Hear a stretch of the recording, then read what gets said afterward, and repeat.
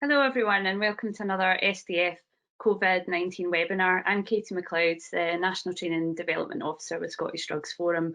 In today's webinar, we're going to be discussing the treatment experience of people who use image and performance enhancing drugs during and after lockdown. So the closure of gyms, specialist services and limiting of social interaction has impacted some people who use IPEDs. This webinar will examine the impact of the disruption of the routines and the use of substances, which can be stressful and cause challenging situations for people. The webinar will also look at the issues raised by the easing of the lockdown measures and how services and service users may respond.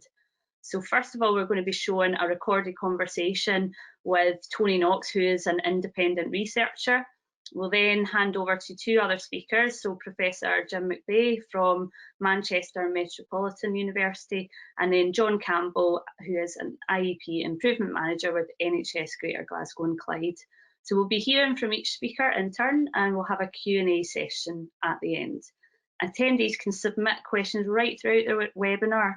The questions tab will appear on your control panel, which should be on the right-hand side of your screen. My colleague Austin Smith will join us for the discussion part at the end of the presentations, and he will summarise the questions being asked by the webinar attendees.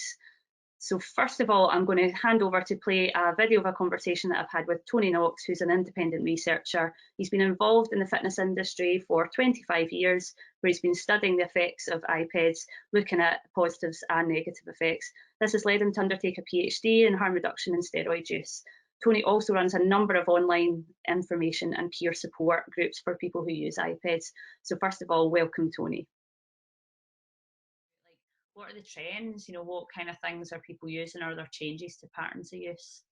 Yeah, well, the feedback that I've been receiving is that a lot of steroid users are using this time to take a break from their steroid use. Others are deciding to use cruise doses of steroids, and there is a method of steroid use which involves cycling and cruising. So what will happen is someone will use maybe a combination of steroids to gain muscle, lose fat, whatever their goal is.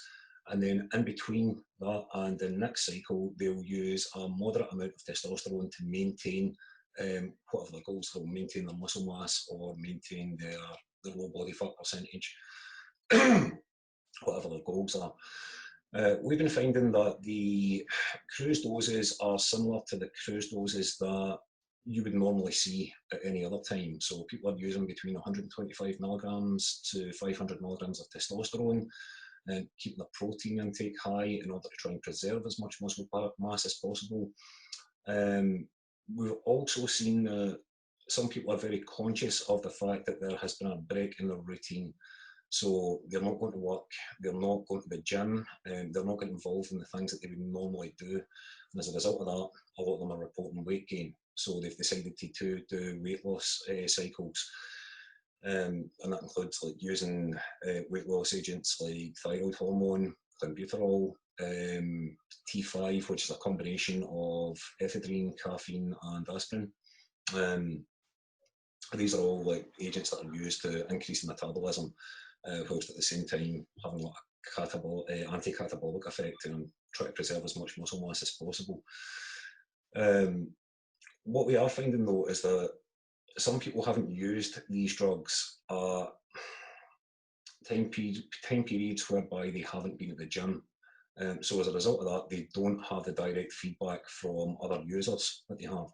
And this is where the forums that we run have been instrumental in helping guide people. So clenbuterol, one of the main side effects of that is tremors and also rapid heartbeat. So we've had a few people posting messages who are concerned about the side effects that they're experiencing. It's been great for us to disseminate harm reduction information and say to people, if you're experiencing these side effects and you're worried about them, it's time to start cutting your doses down. One thing we're not seeing this year is the annual casual steroid user that normally emerges around about March or April, who is, usually only does 1 or 2 steroid cycles a year and does it for a specific purpose. So around about the March, April time of the year, people start getting ready for their summer holiday So they will engage with services like the special needle exchanges or the steroid clinics, and they'll get some advice on how to run a cycle or how to do so safely. And they'll run that cycle for maybe 12 weeks. You never see them again. I mean, that's the only time you see them is when they're at the point of getting some advice. But with the travel restrictions and lockdown, we're not seeing that group of steroid users using this year.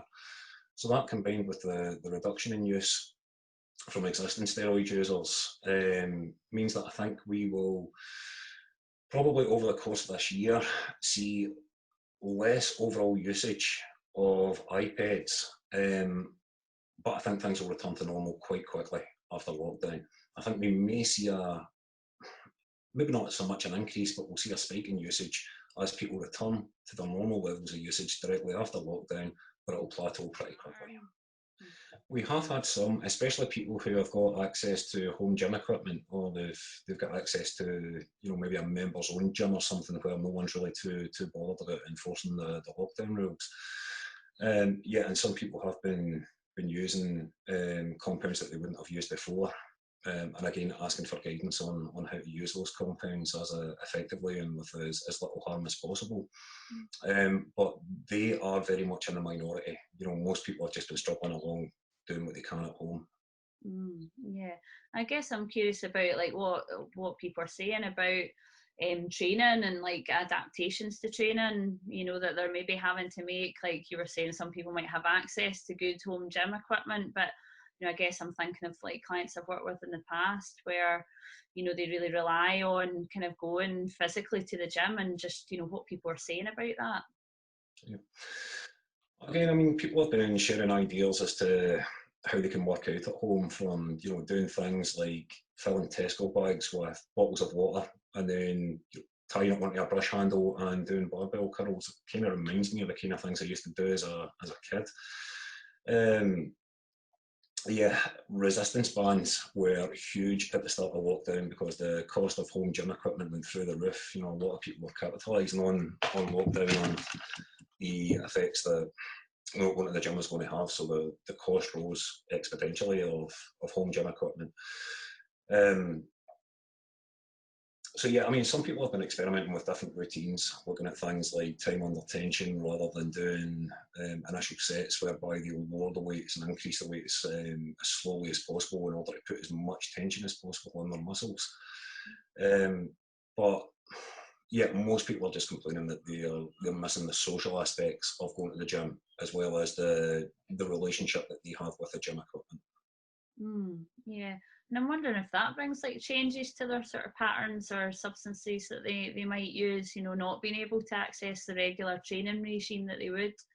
Well, I mean, the big change that it's had is probably in diet and just the image that they have of themselves, you know, with more time to spend at home and more time to think and maybe even ruminate about the situations that they're in.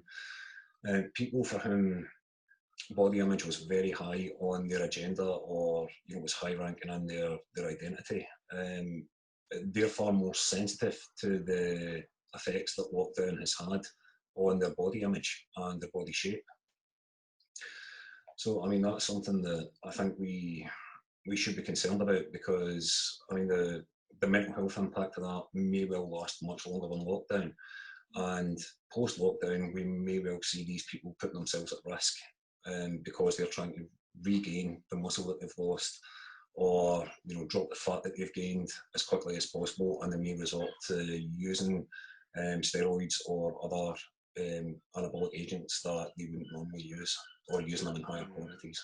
I suppose it's like an environmental depression, whereby their routine has been completely changed, and, you know, many people go to the gym as an alternative to other therapies for mental health. We know that exercise works very well when it comes to helping manage mental health problems. Without that outlet right now, we are seeing some people report that they are, you know, really having negative experiences with their own mental health and with their own self-reflection of their perception of themselves. Going to the gym, especially if you use steroids, is a huge part of their identity. That's been stripped away now. So they're left almost in a vacuum, you know, and also the social side of going to the gym has been taken away from them as well. So, I mean, it's when you're heavily engaged in, you know, the fitness culture, and you're used to speaking in the kind of terms of anatomy, physiology, diet, nutrition, and actually breaking that down, the gym is pretty much one of the only places you can have those conversations. Because if you go into the workplace and start talking about how many grams of protein is in 100 grams of steak as opposed to chicken or any other meat, you know, people kind of tend to look at you as though you're some kind of nutrition dork, and they slowly back off. Whereas if having a conversation like that in the gym is perfectly normal, and it's the type of conversation that people will engage with, and it will stimulate conversations. So, I mean, that's been a big factor, that not only have people felt the negative effects of the reduction in exercise, but also the negative effects of being within their social circle. Also, some people for whom their image is one of the primary facets of their identity, seeing the change in their physique has caused them to reflect very negatively on themselves.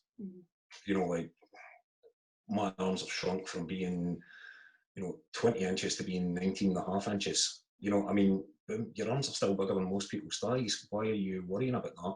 But that can be a very serious issue for someone who has got maybe muscle dysmorphia or is borderline in body dysmorphia.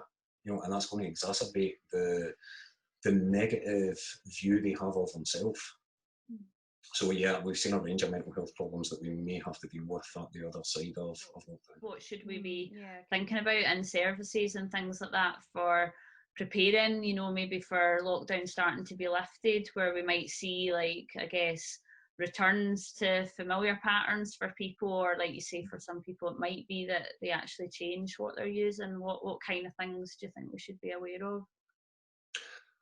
I mean, I think the most important thing to be aware of is that people are going to need, like, injecting equipment at the other side of this, people who are returning to using steroids. So, I mean, if we could disseminate that through the existing frameworks that we've got, that'd be great. But I think we should also be looking to expand the existing frameworks that we've got. We've got 4 very good steroid clinics in Scotland. Well, up until recently we had 4, we've now only got 3. And we've got some very good specialist needle exchanges that service steroid users.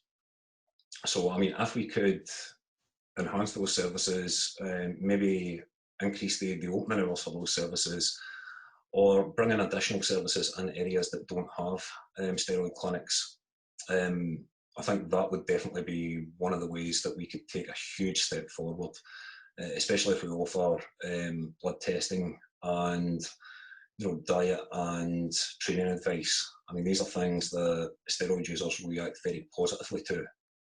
So if we can offer blood work, and if we can offer some advice on diet and training as an alternative to using higher steroid cycles, then yeah, I think that would be a huge step forward.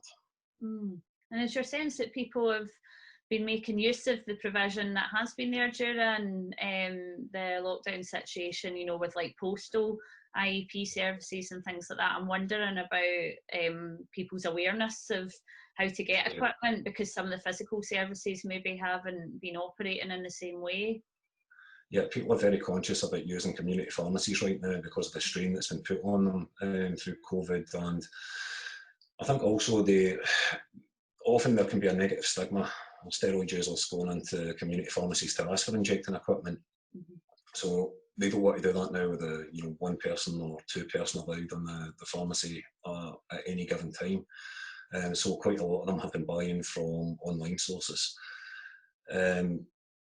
I've also found that, again, looking for information, people have been very responsive to educational information on not only steroid use, but also diet and training advice during this time period. And I think if we had some educational tool that we could deploy, this would have been the ideal time to deploy it. Okay, so that was great to hear from Tony there. Thanks to him for taking part. We're just going to hand really quickly over to Jim McVeigh, who is going to give us his take on the situation. So welcome, Jim. Thank you, and thank you for inviting me to speak. And very grateful to SDF for having me on. Yeah, I mean, I've been asked to talk a bit about what I think is going to happen in relation to the market as we come out of lockdown. And you know, this is uncharted territory. We really don't know. So this is just my opinion, and it's based on a number of things, not least on the speaker we've just heard, just based on the fact that some people will join this after the beginning, and I can take the credit for what he said. I will be repeating some of his points, but they are very good points that he makes. Have some data that we can draw on to get a bit of an idea, but it's mostly conversations that I've had with people who are knowledgeable and have inside knowledge of this steroid industry, for want of a better term. Also, I think we can draw on what we know from the psychoactive drug market, and some of the things that we have a bit of an indication of there may actually inform what may happen with anabolic steroids and associated drugs. There's also a few public health concerns, obviously, that I'd like to raise, and again, hopefully that this is just highlighting potential things that won't come into effect. But I think there's a couple of things we do have to bear in mind. So, I mean, Tony spoke very well and made very good points around the impact that COVID and lockdown has had on people who use anabolic steroids and associated drugs. I think, as in, whenever we talk about behavior, human behavior, there are a number of truths. And when it comes to what has happened around anabolic steroids, it based at one end, for some people it's probably had no effect whatsoever, and they've carried on using regardless, through to some people who obviously have stopped completely. We've done, or in the process of conducting a survey, and this is with colleagues at University of Birmingham, Ian Bordley and Barney, have been working with us on looking at what people have done, what changes in behaviour has taken place. And the reason we did this was it started from the point of view of wanting to know, what are people doing? They can't be taking their anabolic steroids because they're not training. Saying can't is always a sort of loaded assumption. So we wanted to find out about that. But the other thing was, from looking at the forums, there's a number of steroid users who've contracted COVID, who've reported real severe symptoms, had a really profound impact on their health. And when you consider these are people in good health and who are relatively young, it was something that raised alarm bells. And while we don't have any evidence to prove this, we do know that the COVID seems to affect, the symptoms affect males more than females, and that testosterone probably plays a part in this. So does taking exogenous testosterone in the form of anabolic steroids lay people open to a more profound impact of COVID? We don't know. It was something that we wanted to look at. What we've got so far is 234 responses from 42 different countries. I didn't expect us to get 42 different countries. About half of these are from the United States, and simple questions around, what impact has COVID had on your anabolic steroid use? 40% of them said that it had no impact whatsoever. So from that, I suppose we can interpret, because these were closed questions just done through forums, that people have incorporated it into their off cycle, or they, as Tony described, a blasting cruise, that it hasn't had a main impact. But then for a small group, it's had an absolutely a horrific impact in many ways, on their mental health. a minority of people saying that, reporting that they've been, and a quote, depressed as hell, and someone else saying this is the worst thing that's ever happened to me in my entire life. That forced off cycle that they perhaps not prepared for. So there's that sort of impact that as we come out of lockdown, we have to bear in mind there's going to be people who are going to be recommencing use. Conversations that I've had with people within the anabolic steroid using community have supported this, and this whole sort of range of impacts, not just on individuals but on the gyms themselves. While the vast majority of gyms have been very responsible in closing their doors, that hasn't been the case for all. There's been cases in England of gyms having been fined for staying open. I think there's probably much more of a grey area for many gyms where a small select number of people have maintained access to those gyms, and that probably has had very minimal impact on their anabolic steroid use. They've just continued. But we do know for the vast majority of anabolic steroid users, there will be a coming on cycle probably within the next month or so.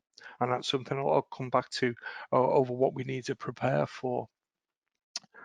It's worth thinking about over when we talk about the markets.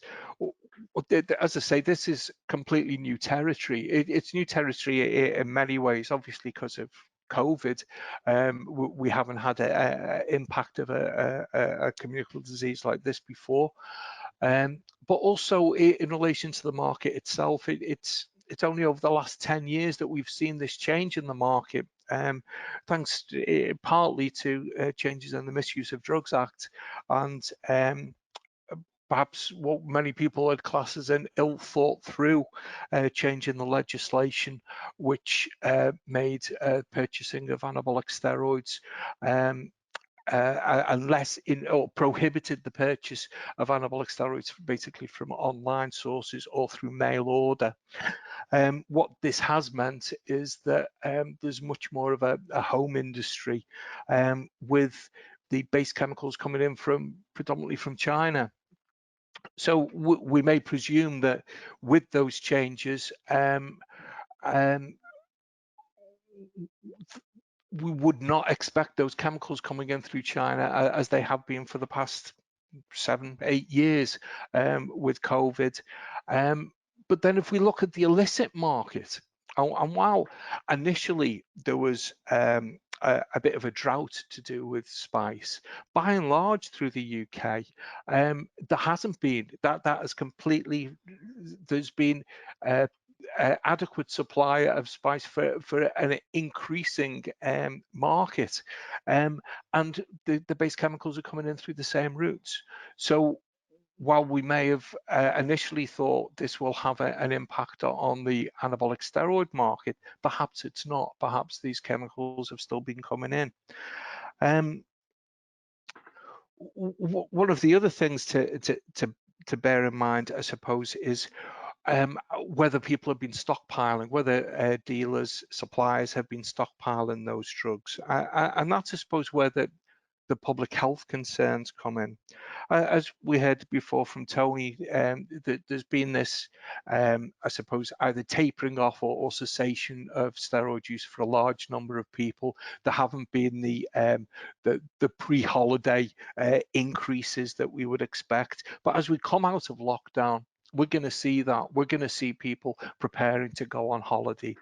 We've not had the bodybuilding competitions. Again, as we come out of lockdown, we're going to see that again. What this may mean is, I suppose, a struggle initially to actually reach those, reach the needs of that market. That's one my concerns would be around what impact may have in relation to how the base chemicals are produced, how they're put together, what has happened to those chemicals during this lockdown period? The reason I say this is I'm sure many of you in Scotland, SDF will probably led the way in messaging around things like the botulinum outbreaks, the botulism outbreaks, and prior to that, about 10 years ago, the Clostridium novae outbreaks, and they were fueled very much from the poor storage of drugs and they're anaerobic bacteria. So if you've got that bacteria in the drugs themselves and then they're stored for long periods, you will see that introduced. I know from first-hand experience of seeing multiple gram packages of those raw chemicals that have been poorly stored and how they can, for want of a better term, go off. A big concern will be over, hopefully those drugs will just be disposed of and not repackaged and resold in any way. There is a huge risk for public health in that respect. So that would be my big concern around how those market needs are met. The other thing to bear in mind is that people have lost income for a prolonged period of time, and they will be looking to recoup those funds in some way. So you would hope that certainly we can rely on the most paternalistic of those dealers to follow public health lines, but we would be concerned about those people cutting corners to try and turn that profit. Thank you. That's brilliant. Thanks ever so much, Jim. That's really helpful. So I'm going to pass over to John Campbell. And again, John, I'll just invite you to introduce yourself and launch straight in, and then we'll come to questions. Thank you. Okay, well, hello everybody, and thanks very much to SDF for inviting me along to talk at today's webinar. At my day job, I am the IPED Manager for all injecting equipment provision sites across Greater Glasgow and Clyde, so that's 72 sites in total. For the past 10 and a bit years, I've also managed and worked in the Glasgow IPED clinic. And it's really that experience in predicting what's going to happen after COVID that I want to share with you. Okay, so it makes sense I tell you a little bit about the clinic. So the clinic opened in April 2010, and that was in response to the increase. And at that time, steroid use and steroid injecting we were seeing across the board area.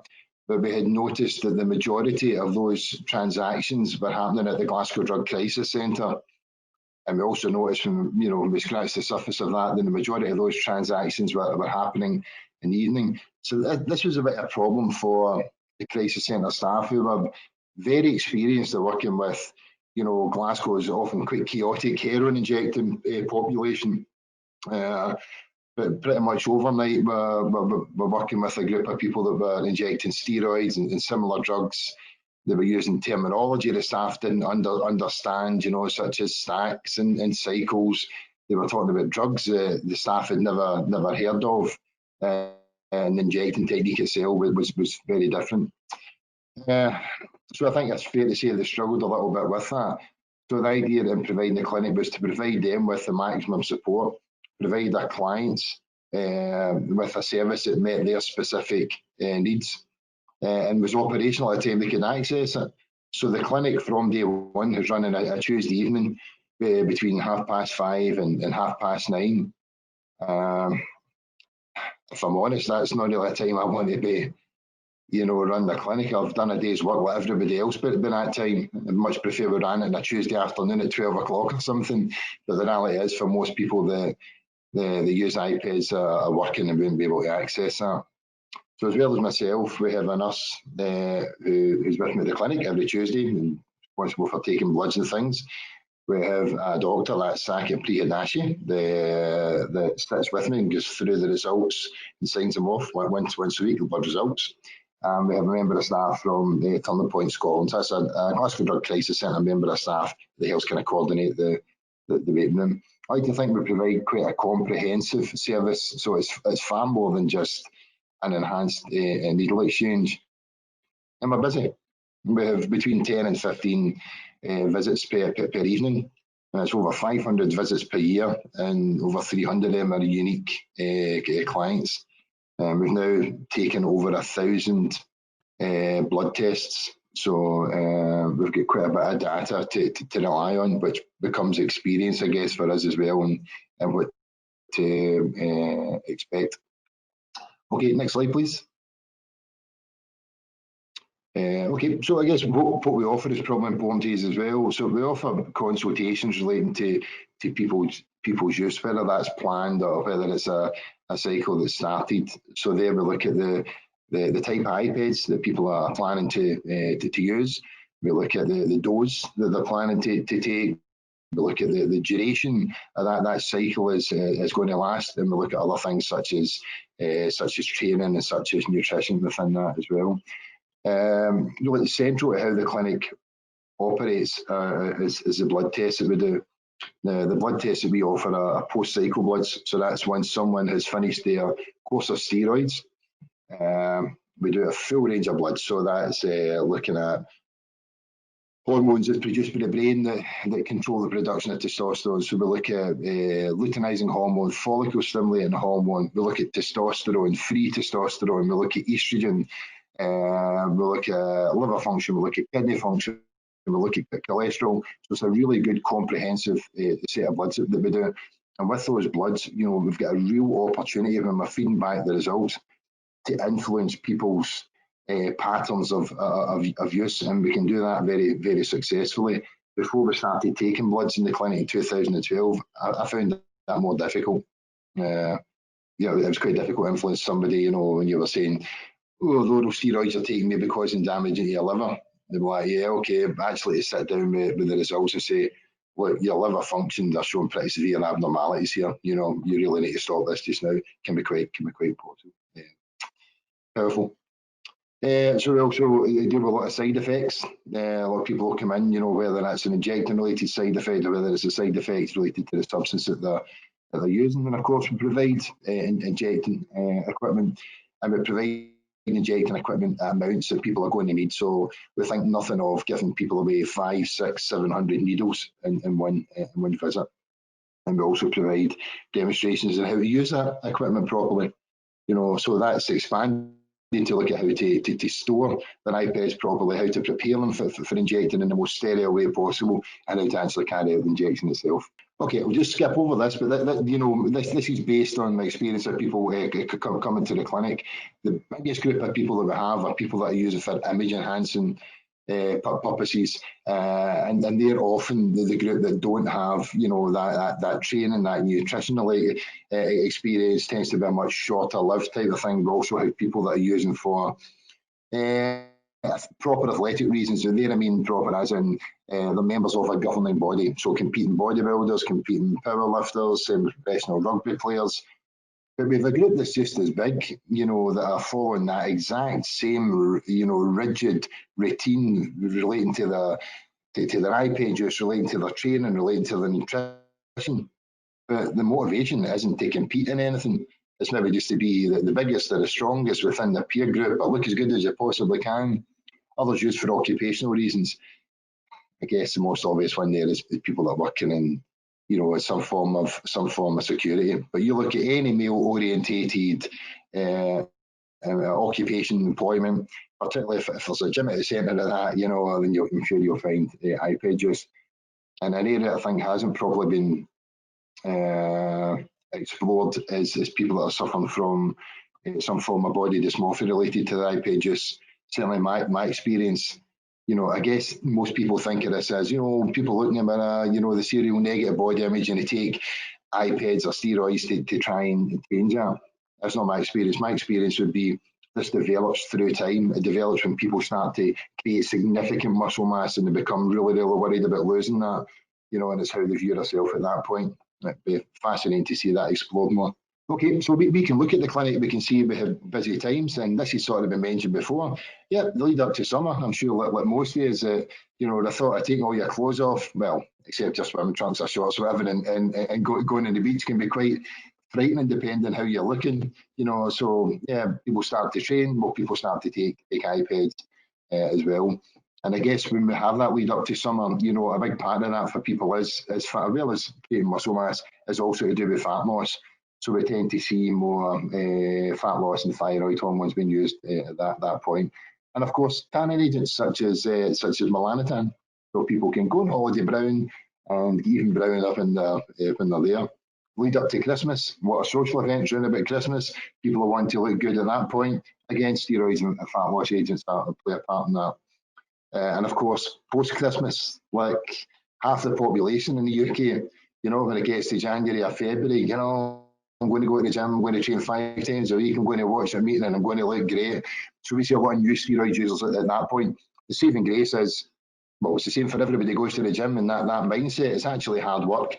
So we find a lot of that population drop out, you know, after a month or two.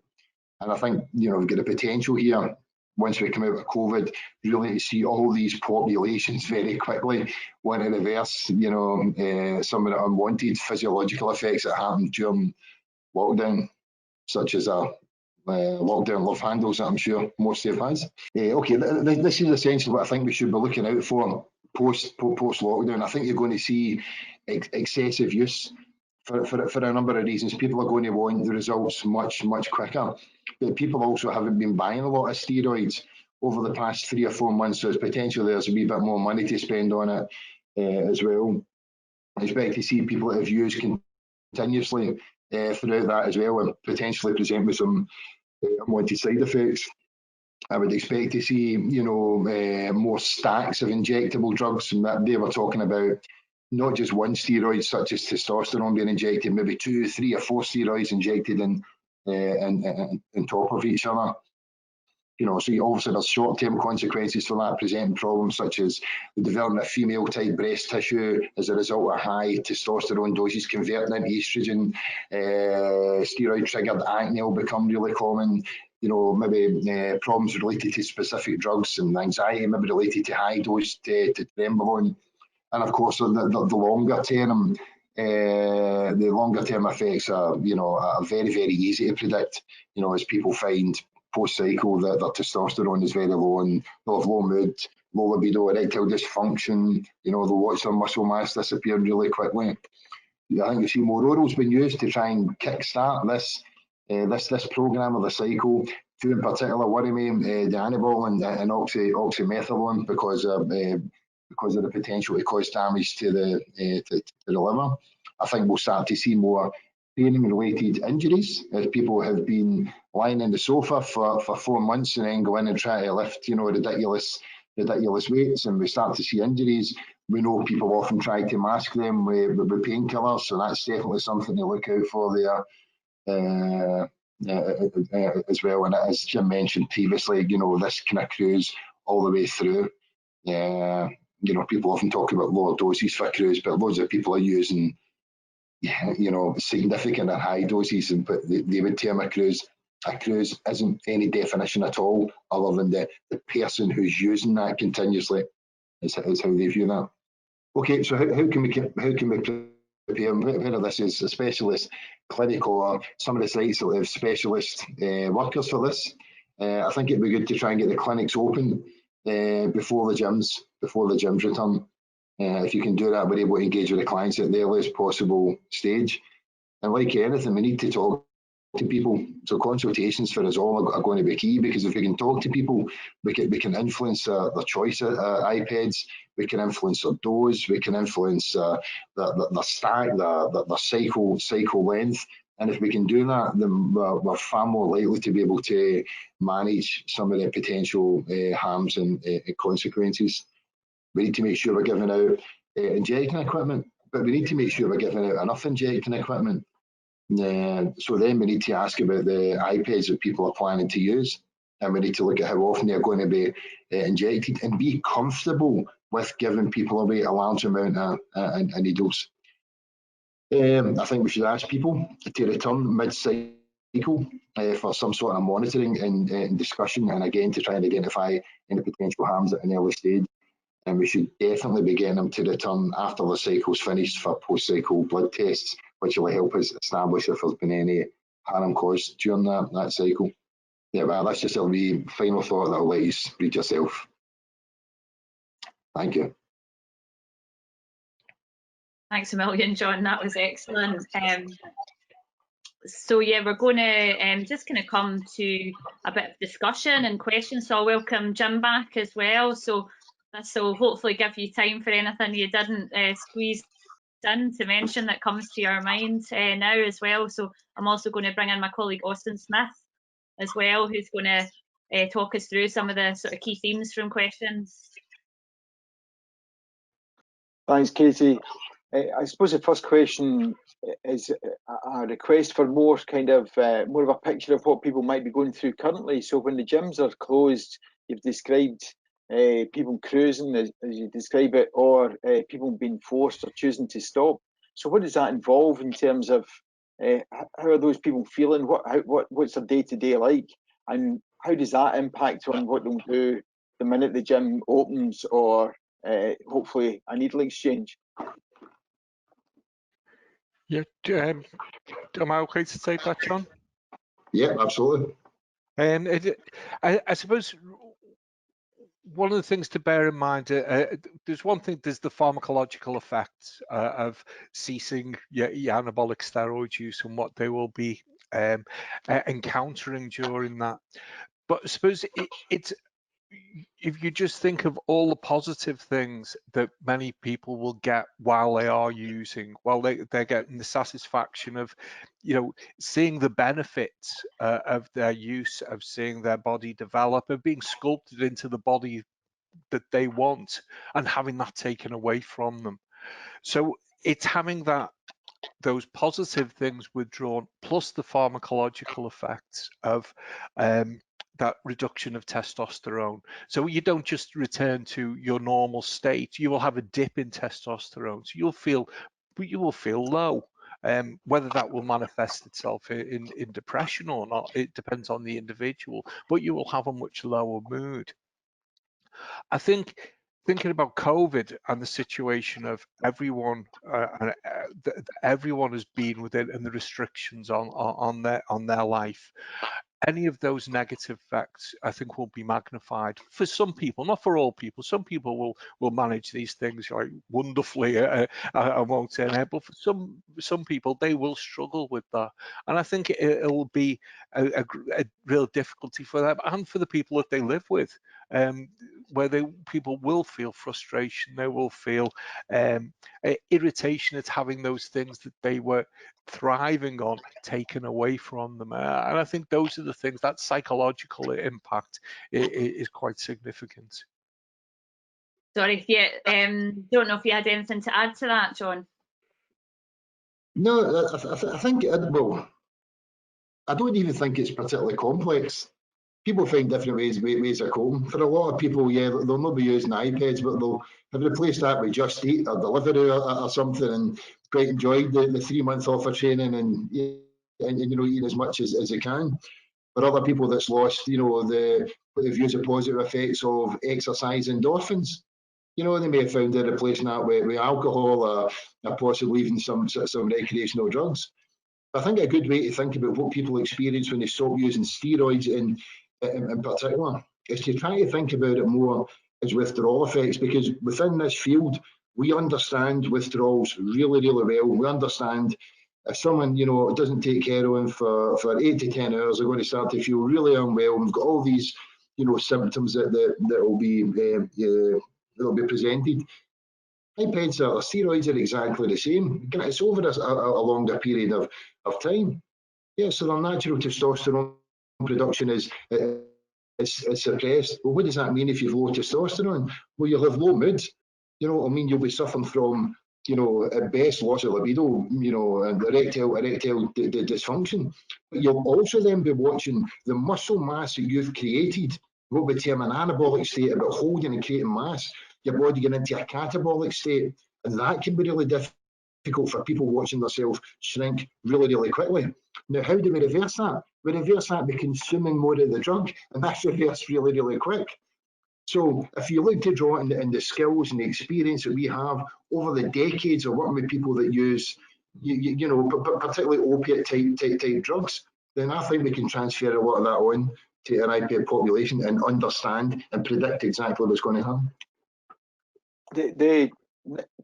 The other question is about coming out of that period, and as you spoke a wee bit about, John, about getting in touch with people and getting messages and injecting equipment, etc., out to people.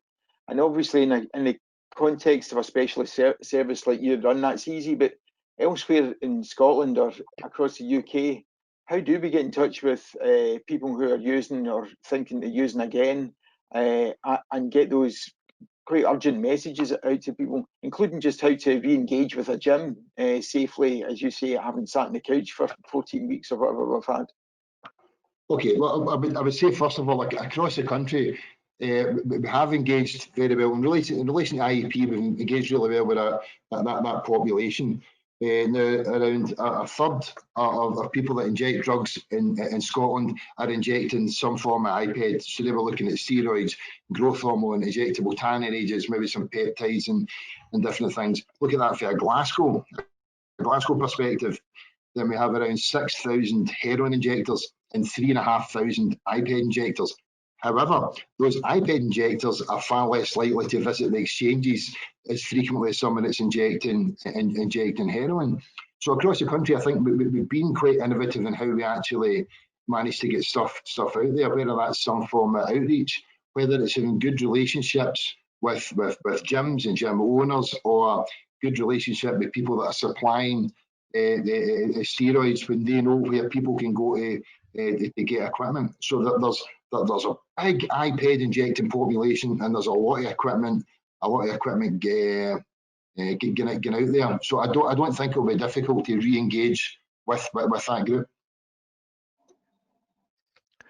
I think in England we've got I suppose more of a patchy cross-section of service provision, certainly compared to Scotland or to Wales for that matter. We have a few very good services, and we have a number of services which I suppose are providing needle and syringe programs, but have not really got that level of engagement as you see in those clinics in Scotland. I suppose what I'd say for those services as we come out of lockdown would be to engage with gyms, but maybe not just about the drugs. I mean, looking at a group of predominantly the issue we're talking about males who are coming out of lockdown, who are coming for many will be looking to re-engage on the whole nightclub scene. They may not have been engaging sexually as they would normally. There's a huge sexual health issue here as we come out of lockdown. We need to engage with that. We need to think about a lot of these men are not engaged. Men of the ages 20s and 30s, you know, they're not good at engaging with health services. You know, many of those people will have experienced on the spectrum of mental health difficulties. Let's talk to them about those things. Let's talk to them about how they're feeling. You know, the drugs are part of those things, but I think we need to look at its entirety. And for many of those people, the drugs, they're not going to see those as the main issue in their life. And perhaps going in there with the drugs message isn't the best way to engage with them. We've got a lot of things that we can do to provide support to people coming out of lockdown, and we may have to be a bit more strategic around it. People use drugs to, as part of their social life and to be sociable and to engage with other people. And opportunities for that are obviously being limited, whatever that social engagement, whatever form it takes. So in opening up gyms, we're not opening up yet nightclubs, etc. So will there necessarily be the same demand, or will people actually not, if they're not able to go on holiday because they've been furloughed from their work, or they're not able to go to nightclubs, will some people just stay off or cruise or whatever? I think we're Okay. probably going to see the full spectrum of how different people respond to it. Some people will obviously have those decisions and make them accordingly. But I think for a lot of people, they will see this as, I suppose, an opportunity to re-engage in things that they enjoy doing, and to some extent define them as people. Being part of that gym community and having the benefits of using anabolic steroids. Yeah, something that was coming to my mind was just like everyone's mentioned mental health really, and I guess exactly what we're talking about, the impact of isolation and things like that. And I guess in my other work, working in psychotherapy, I'm really keenly aware of massive gaps in mental health provision. I'm just wondering what your thoughts are about that kind of provision going forward post-lockdown. Okay. I guess that depends how much you want to try and link people's IPED use or drug use with, you know, mental health issues. I think if we're going to do that, then we have to have a proper system of assessment, you know, carried out. I think we're very good at that in this field, assuming that people that use IPEDs, you know, must have some sort of dysmorphia, must have some sort of underlying condition or whatever, and that's, you know, often not the case. I've never felt comfortable in our clinic of exploring mental health issues. If a mental health issue, you know, appears as part of the consultation, then I would recommend the person would go to their GP and take that there. Yeah. I think that's a good point, John, and I think in some ways there's a corresponding issue around the physical effects. I mean, there's going to be a lot of anabolic steroid users who have experienced mental health problems during lockdown, whether that's to do with the anabolic steroids or not. You know, it's an issue and it's something we should deal with.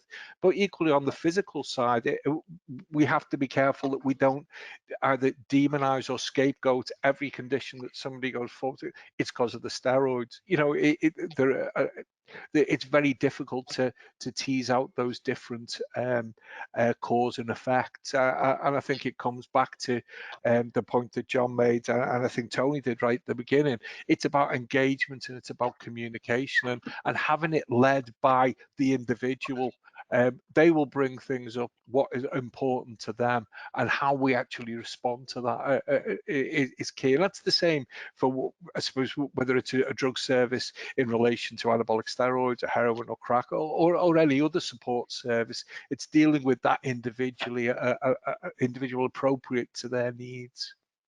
And maybe time for one more question, and it's a question that this series of webinars has been about life under COVID or life with a pandemic.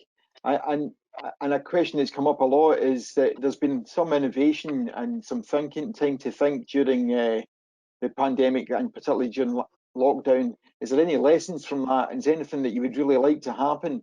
I know there's been innovation around injecting equipment provision for that heroin using population we were talking about in terms of home delivery and postal supply and so on, and that's been expanded. So is there anything in the terms of IPEDs that has either changed and you hope stays changed, or we could now change?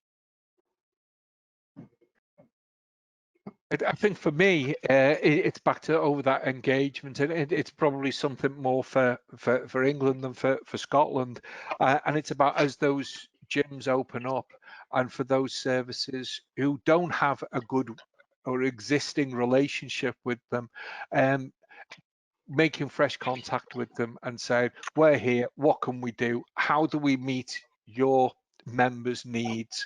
It can be as light touch or as it can be as deeply engaged as you like, but how do we best meet, you know, your clientele's needs? So it's that a chance for almost a refresh, which we don't get often that chance, because we are sort of in the hamster wheel, but we are getting a chance to try something a bit different. So that will be my positive thing to come from this potentially. John? Yeah. Okay, and in Scotland, 3 areas, so in Aberdeen, in Edinburgh, and also ourselves in Glasgow have got together and with NEO, we've produced a NEO module for the specialist IPED clinics. That's a module that's going to, part of that is going to form quite a comprehensive assessment for people's first visits, but also store all the blood tests, and it'll help us form some sort of analysis of those blood tests over time as well. So that will be able now to look at the steroids people were using, the potential problems they're experiencing, when the blood tests were taken, what the results of those blood tests were moving on. So I think that's really exciting for us. And I guess for all areas, and if you're sending clients to the specialist clinic, you know, you'll be able to see what kind of work is. I'll give you a better idea of what kind of work has been conducted now.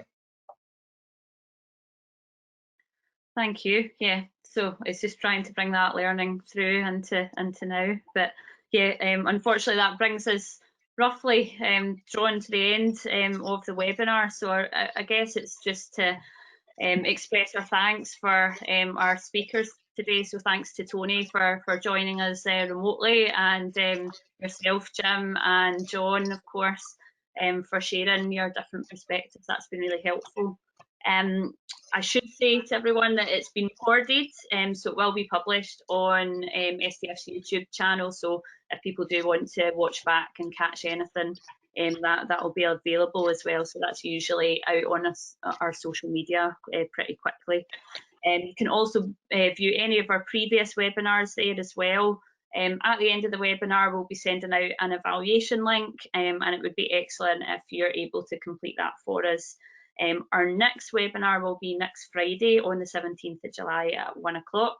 And the focus of that webinar is going to be looking at specific challenges for women who are using substances during COVID as well. And a link to register for this webinar will be included in your evaluation email that you receive. So it would be great to have you join us again. So finally, yeah, just another big thank you for attending, and special thanks today to Tony, Jim and John, and it's been a really interesting and informative discussion.